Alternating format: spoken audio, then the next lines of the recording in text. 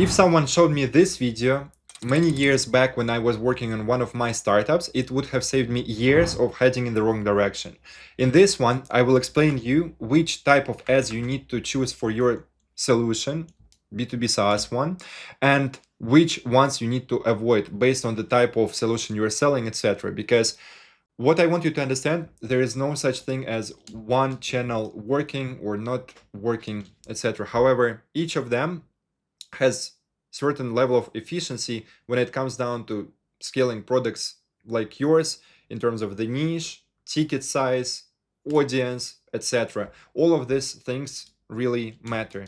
And that's why not only I will break down the comparison between them and when it makes the most sense to use each of them, but also what are some of their pros and cons comparing to some other channels which they're usually compared with. Now, the first one is, look, why listen to me on this topic at all? So I helped my clients make mid 8 figures with these 3 channels in the past 4 years. And I think this statement is pretty much, plenty on its own. Aside from that, look, I got to 25-30 call weeks myself via LinkedIn ads. Then I spent over 150K on my own meta ads, and plus I helped clients manage millions in ad spend by now on their campaigns. Many strategy I used in each of the cases I'll be breaking down here. Plus I invested 80K in masterminds in 2025 alone, all related to best ad practices. The masterminds I've been joining myself in order to be following the best practices in the game have been run by guys doing multiple 6 figures to sometimes 7 figures a month. And I have been also running a ton of different tests in B2B SaaS particularly, and this is what I'll be talking about throughout this video. Biggest advantages of ads over outbound content and SEO, because many of you watching this are thinking, okay, what if we combine this particular strategy with this one, etc. Look, the first one which comes to mind is guaranteed exposure. There is no such thing as you getting in front of 50,000 people and getting nothing out of it unless you really mess things up. And this is the main beauty of ads. I know more stories how somebody would go and do outbound for a year and still not find the right combination of their lead list and offer, comparing to when someone made reasonable ads and still ended up without nothing. I really struggled to recall situations like this. Now, the other one is consistency. So with content, you can have like 100K month followed by 10K month, depending on how the algorithm pushes your posts.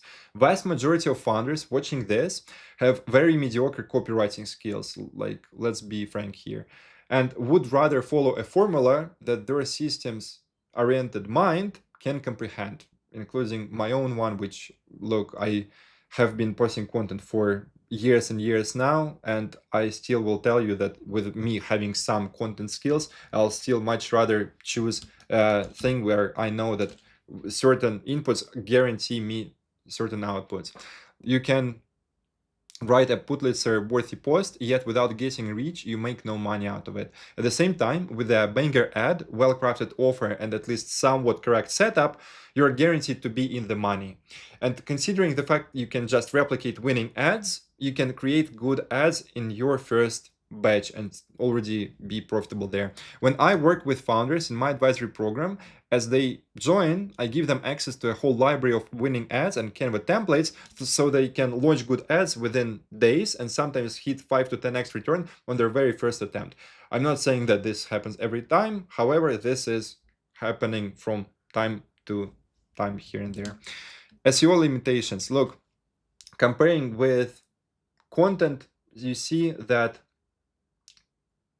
in content, you cannot be sure that once you put the certain message out, it's gonna be seen by this many people. With ads, you do have such privilege. Now, a lot of times I had people and SaaS founders coming to me after doing SEO content for years, and they would be like, yo, Denis, we hit 20K a month, or we hit like 100K MRR, but now we stopped growing and nothing is happening. And they would be investing more and more money into all different SEO strategies, wondering why, no matter which cooler and more expensive SEO agency they're switching towards, they're not able to get better results. So the issue there is that SEO is limited in terms of how many people are looking for your solution. And unless you have millions to drop on your marketing, you can't change how many people are looking up issues in a specific niche. And I mean, you can't, because this would require you hosting some huge industry events or being a speaker there for you to like push a trend out there. However, with ads, the powerful thing there is that you can get your offer and your message in front of the right people who are already looking for a solution like yours. And now, with us covering what are the best advantages of ads over like some channels they're often compared with, now let us break down which one you should be using for your type solution. One disadvantage of ads over everything else is typically it costs more money for you to start making money with ads. With outbound, you can spend a couple $100. One good DM gets you a decent deal, you're in the money there. With ads, I want you to understand that yes, it does require this, some call it gambling budget at the start. However, the huge payout that you get out of it is once you get this working, you then have a repeatable formula for you to be getting the next 100 deals or 1,000 deals or 10,000 deals, as I mean, depending on your ticket size, can be happening in your case as well.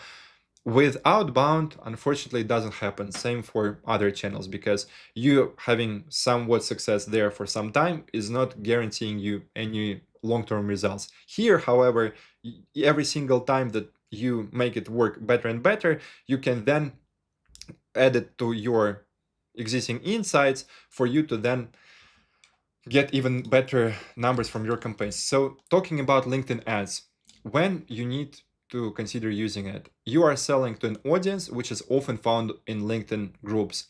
Think something like Big Four consulting company employees. I have run LinkedIn ads for about a year, and I would say that the moment they've been performing for me best, I think I was averaging like 25, 30-ish calls every single week. And I would say that from all the strategies which I have let's say paid for through like hiring people, doing it myself and testing it, the things which worked out best would be targeting groups and targeting industry events. And same worked for B2B SaaS founders I later on have been implementing this with. That the issue, which I think I'll be talking about in this drawback section later on, is LinkedIn is not as smart as alternatives when it comes down to finding people who are outside of your core audience, which is already basically there for you. What I mean by that is this LinkedIn group of, let's say, you sell to CTOs in enterprise companies, and imagine there might be a group which is called CTOs in enterprise companies. All you need to do is launch a campaign which is going to be targeting people inside this group, saying, hey, if you're a CTO in an enterprise company, this is an offer for you, go book a call. High chance this is going to be a campaign generating decent results, just because you are not wasting budget on that many people who are irrelevant to your audience.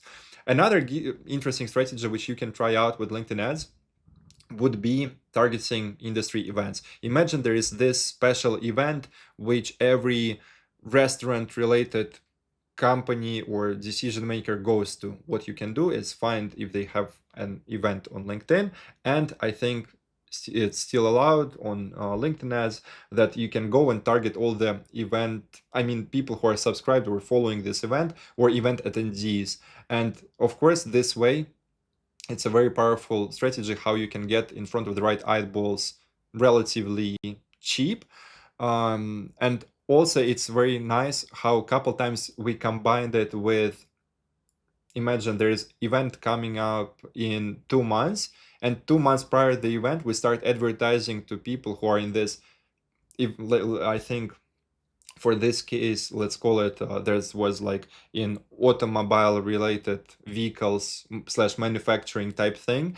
And there was this manufacturing event happening, and we started advertising 2 months prior. And this is how, even before the event has occurred, the founder had like a full calendar of meetings lined up for the event. And so instead of him needing to come to the event and now hustle through like giving out and handing out this business cards and going through 100 unemployed tire kickers at the event in order to get in front of relevant people, instead he already had the relevant conversations lined up for him. Basically, thanks to that, his return on both the campaign and event has been really successful. Now the third one, so you would want to consider it when you're selling something within 30K to 300K a year deal size, and you're happy to be paying 700-ish, 1K-ish meetings, so that you stop paying for those high-end conferences and chasing relevant ICPs there. Here I mean that a lot of people who we would be applying this strategy with, they would be doing this events and industry events for years and years, each event being like 10K to, I don't know, 50K for them to exhibit or to attend. And after they got tired of it, look, the beauty of ads is you don't need to go to any of these events. I mean, you might as well advertise to this event attendees and not go anywhere and just sell to everyone, which is pretty nice. So the issue I'm seeing for people entering LinkedIn ads is misaligned expectations, because I would say that this is not the place where you would go to sell something like for under 1K a month recurring subscription. And I think it's much more of a fit for selling high ticket solutions. And for me, high ticket, I would say, is within this 30K to 300K a year subscription deal size. Interestingly, the other great place to land such size meetings would be meta ads, just because there's just so many people there as well. And I think there you'd be able to target them for longer. Now, the biggest drawbacks of LinkedIn ads. Algorithm is 10 times less smart than Google and just incomparably worse than Meta. I talked about a couple strategies, which I think, with things done right, decent creative, etc., you should be getting meetings, and I think getting some sales out of it. The problems begin when you go beyond them, because when you are not giving LinkedIn precise info on who exactly are the people you need to get in front of, this is when everything goes sideways, because comparing it with Google and Meta, it's nowhere near in terms of understanding, okay, without clear spoon-fed instructions, who do I show the ads to? And this is how your campaigns might, I've seen this happen time and time again, go from like 3 to 5 times return to minus 0.3 return or something like that. Then you close a few high ticket sales advertising across these groups. Now what? The same thing which I already repeated a bunch of times. Do I believe that selling solution at such ticket size you can make a bunch of sales there? I think it's pretty realistic you can. But I think that the thing which I hate about it the most is, after you finish with those strategies, what happens next? Because you still need to crack the other platforms which you then will be migrating to.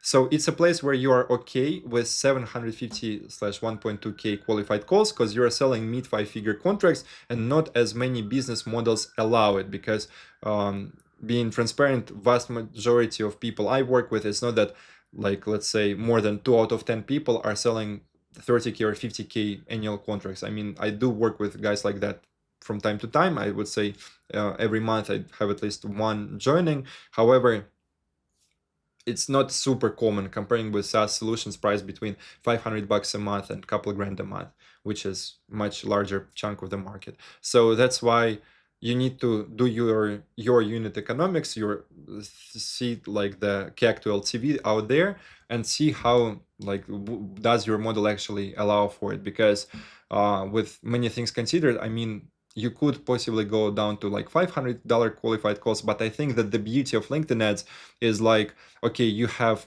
let's call it 10 to 20 grand ad budget, and you run it to land, let's say, 3 to 5 contracts, each being multiple 6 figures. I think this is a brilliant place to do that, with you collecting this money to then either do meta ads, or just if you're selling at such price tag, I think you should get significant market share with that already and start some referrals kicking in. And the other part, which is really worth mentioning, is it's not designed for success and scale, because whenever you get personal profile ads to work and want some SDR to manage your bookings, you can get banned, same as me, lol. Real story, some of you who've been watching my channel for a while already know it. I got to this 20-30 meetings a week. Then I was like, okay, I don't want my life and the whole day to be managing all these bookings, meetings, etc. So I place an SDR to do it for me, and I get my account temporarily, permanently restricted. I never want anything like this to happen to people I work with, and that's how I'm like, wait, why ever risk shit like this when we can just achieve even cheaper cost per call on the other platforms?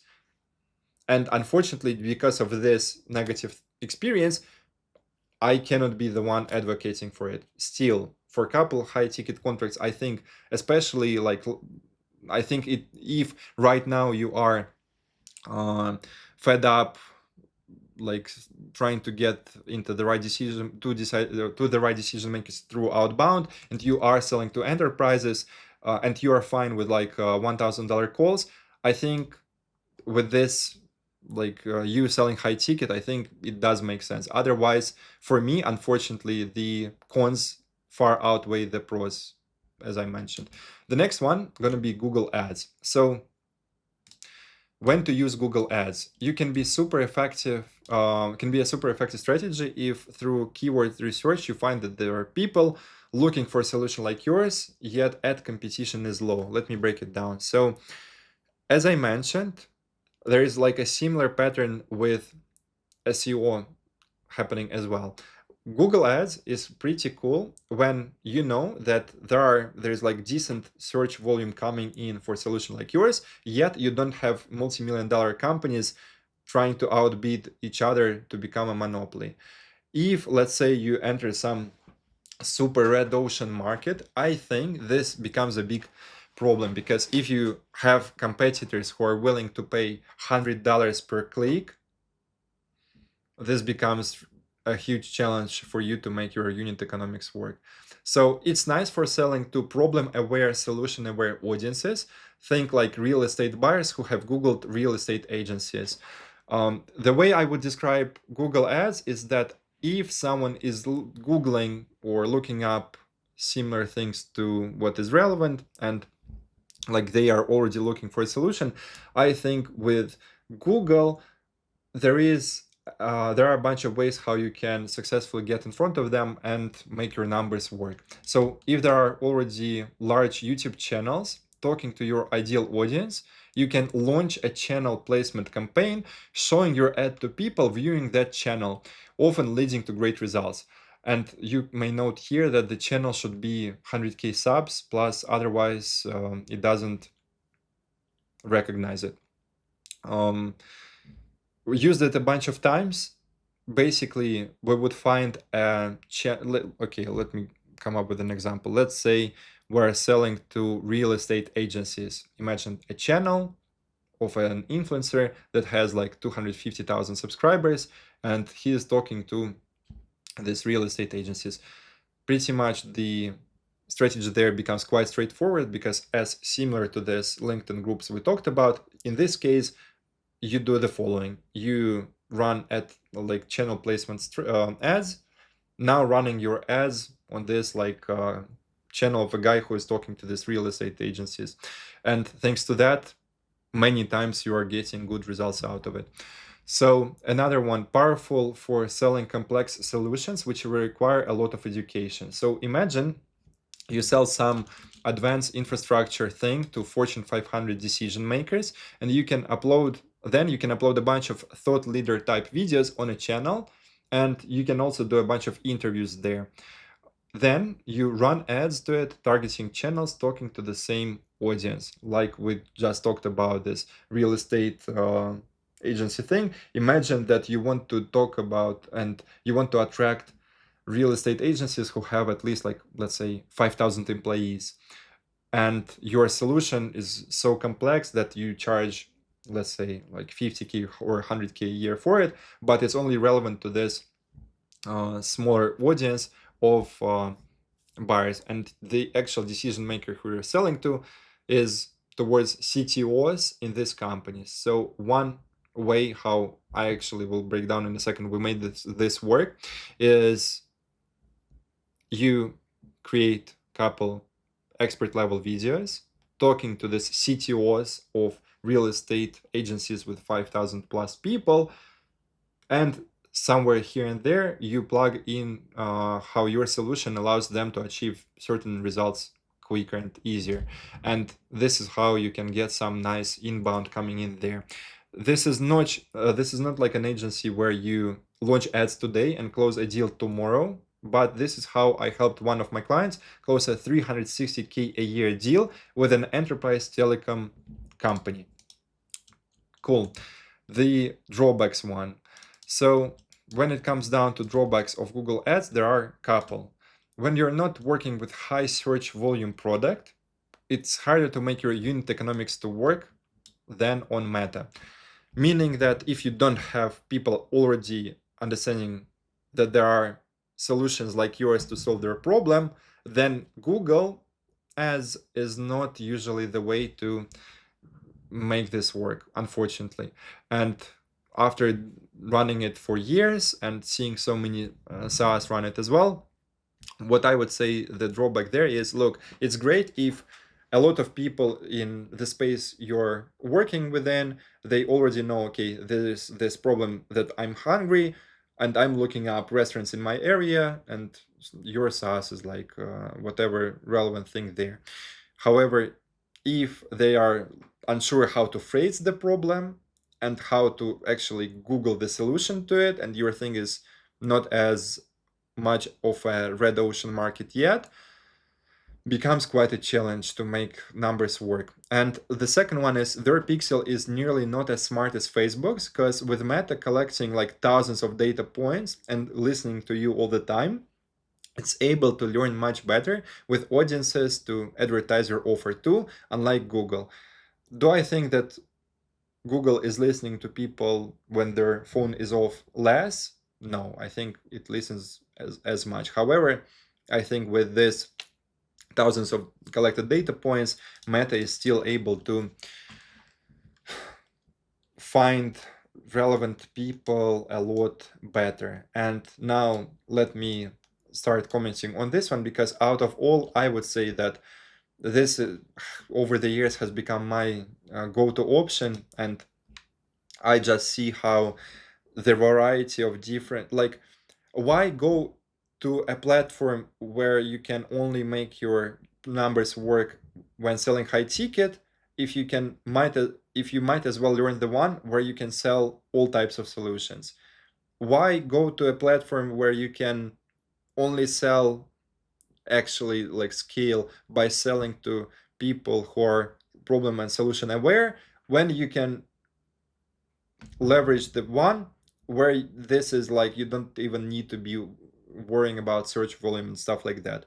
And this is why with most of my clients right now, we are running Meta ad campaigns, and now I've gotten so many banger case studies with it that I don't know what will make me to switch. So it has the smartest algorithm of all three. End of story. I mean, with this advantage being here, all like some disadvantages here and there, which I'll be going through, they're insignificant, because if imagine the platform is so smart that it oftentimes can understand better than you who are the types of audiences to get in front of, then like how using it isn't a superpower, you know? Second one, it can be used to market solutions of any size, from $10 a month all the way to 150K a year, sometimes higher. And I just mentioned and commented on that already, but indeed, I do have current clients right now who are using it to be making money selling $10 a month SaaS, Equally, the same clients sometimes have higher ticket solutions, which they are also able to sell on Meta. The thing you don't really find in many other channels, which you can do. But thanks to this very significant audience size of 4 billion people, this is what it allows to do. Then the funny one, as usual, our buyers aren't on Facebook or Instagram. Lol, yeah, of course, with 4 billion people, yet somehow your specific buyers aren't. I personally know at least 5 people who have scaled to their businesses to multiple six figures a month, selling to, and I would even say disqualifying all prospects who aren't at least at 3 million a year level. And a couple of these business owners I'm speaking about, I think they would be only targeting decision makers in businesses which are doing something like between 10 and 30 million dollars a year or more, sometimes like even nine figures, etc. And with them closing the six-figure deals with nine-figure companies, and I mean being pretty happy about it, I get notifications from time to time when someone messages me saying, "Oh, I'm not sure that on Facebook ads I can sell my $2,000 thing." Like, this is nonsense. Um, and the number four, why? Again, I just love using it for the whole variety of different products and scaling them. You solve this once and then you ride it as a single channel all the way to couple mil a month in MRR. I've seen this happen couple times. I like even this week have seen one business owner who has a B2B SaaS, which he got to 2 million MRR just by doing meta ads alone. Like, show me another channel where you can make this possible. um I'll wait. And because with LinkedIn ads, I mean, is it possible? Yes, but unless you are selling something super enterprisey, I just don't see a sufficient long-term way.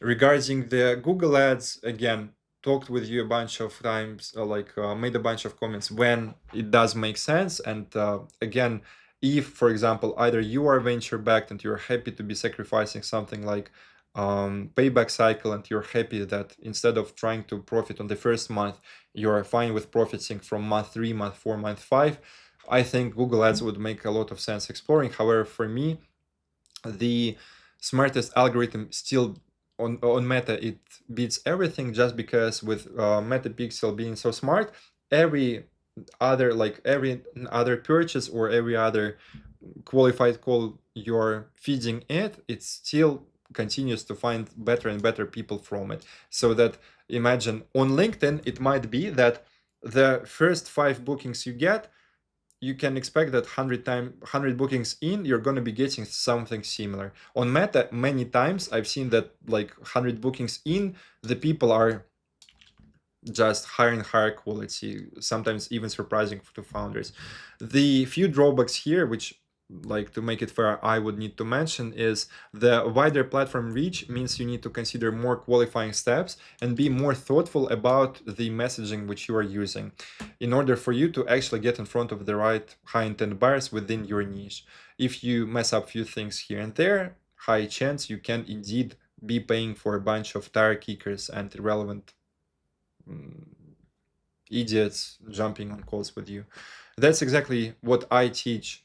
I mean, when it comes down to figuring out how to get in front of high intent qualified buyers, this is exactly what I teach inside my advisory program called SaaS Camp. And once you crack this skill, you can basically validate any idea you ever come up with in your life with just a couple grand in under a week. I have a client right now I'm working with. He joined my program saying that he currently has like 3 different SaaS products, and he is just has been guessing for about a year which one actually he needs to be proceeding with. So the thing which I've advised him to do, and which we're doing right now, is we decided to put equal effort, equal number of ads, and same type of funnel which I suggested for all 3 products, because it's quite a good fit for each 3 of them.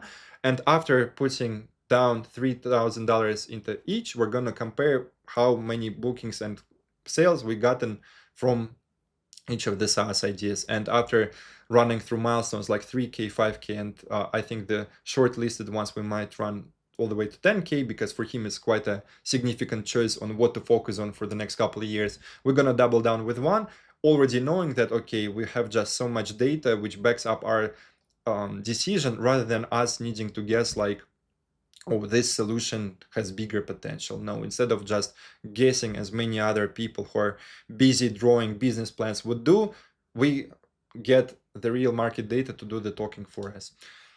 And the other one is higher competition means that when selling to demographics bombarded with offers like agencies or e-coms, you need to be reasonable that you're likely to hit at you're unlikely to hit at 2 to 3x return with just one ugly looking image ad, which redirects to buy now for 1K a month message.